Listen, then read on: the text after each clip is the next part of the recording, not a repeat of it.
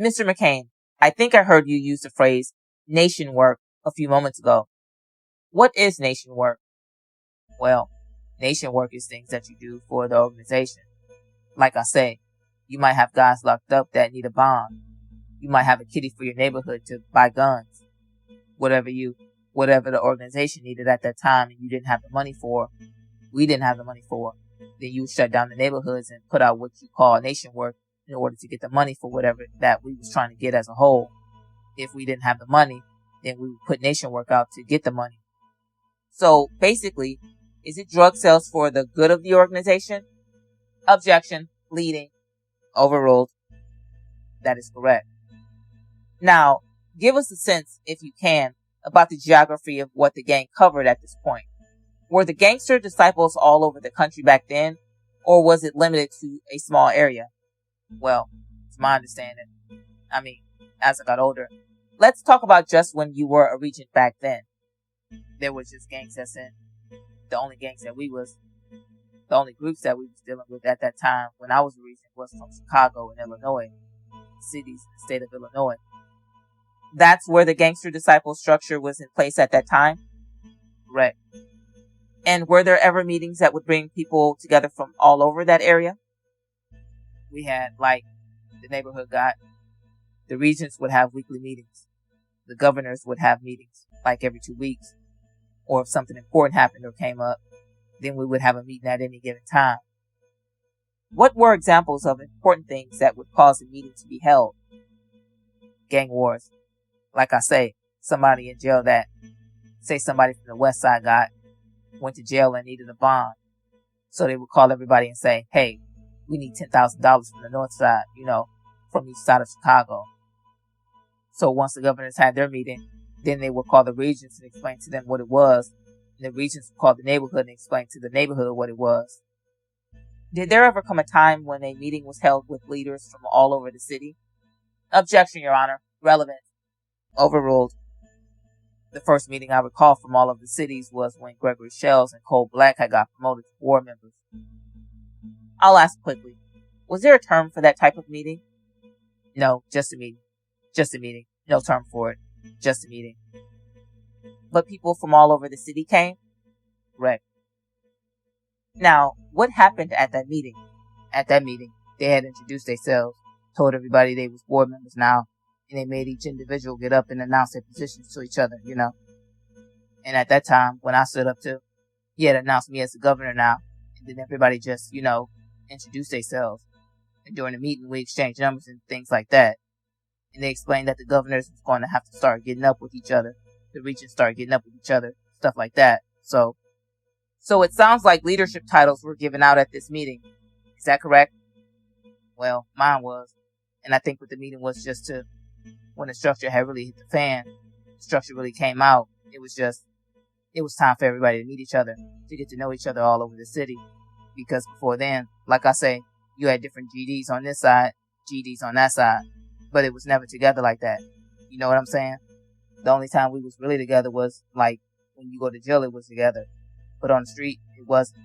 So that particular meeting was the first time that they had put everybody together, pretty much let everybody know that we was going to be working together.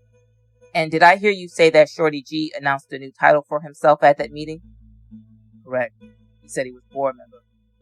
Now, board member was a term that you had heard before in the gang? Yes, it was. Before this meeting? Yes, sir. And what did it mean to be a board member in the Gangster Disciples? It meant that you was right up under Larry Hoover. You was, to my understanding at that time, if you was a board member, that you was pretty much everybody that was a board member, that was considered Mr. Hoover main men. Mr. Hoover's what? Main men. So this was a high position. Correct. Almost the highest? Well, there's no other position higher besides the co-chairman and the chairman. Who was the co-chairman? Well, at that time, a guy named Fatty, but he died about 2 years ago. Did you also tell us, Mr. McCain, that you became a governor at this meeting? Yes, that is correct.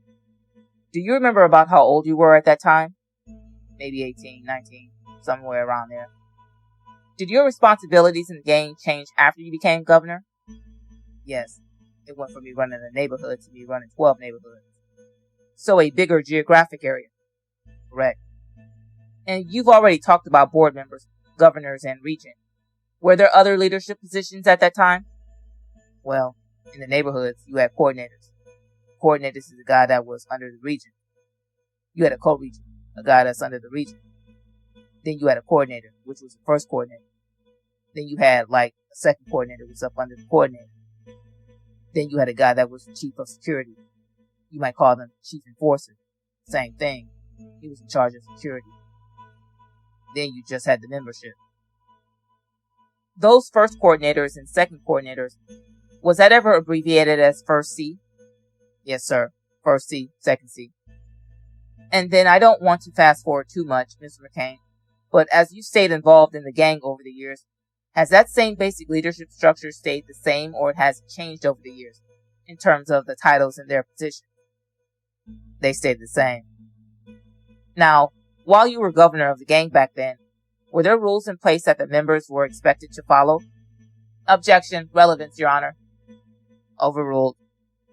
Yeah, we have rules and laws and policies that you have to apply to. Tell us about some of those rules.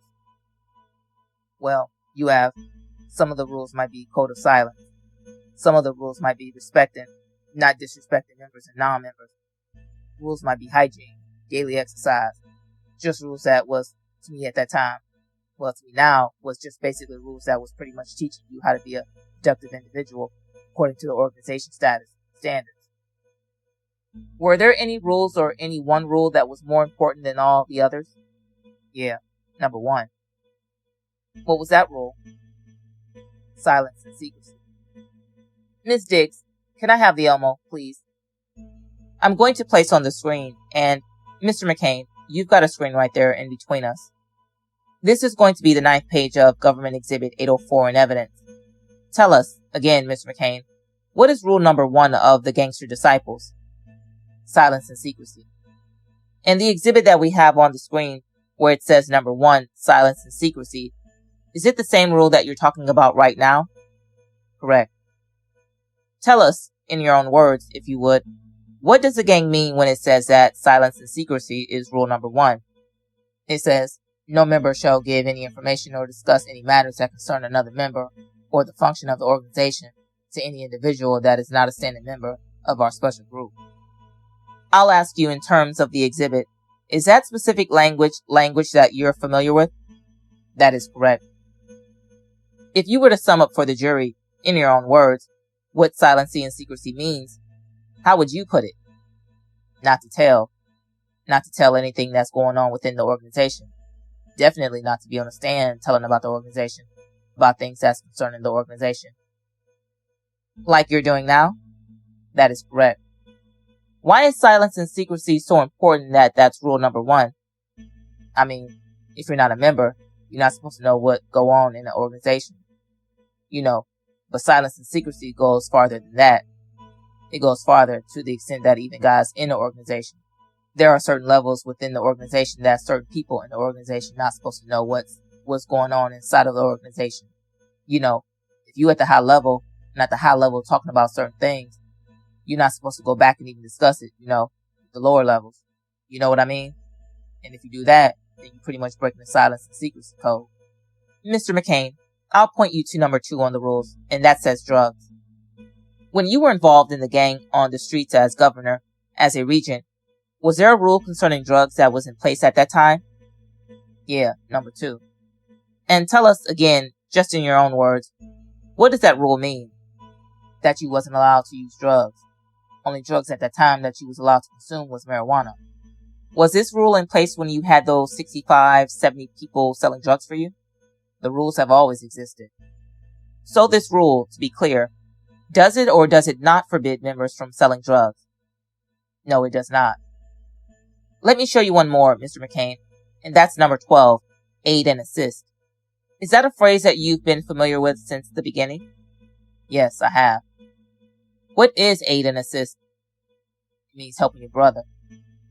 In what kind of ways would gangster disciples help each other? As far as money, as far as having gang wars, you know, being able to assist your brother. It says that all members shall aid and assist one another in all righteous endeavors.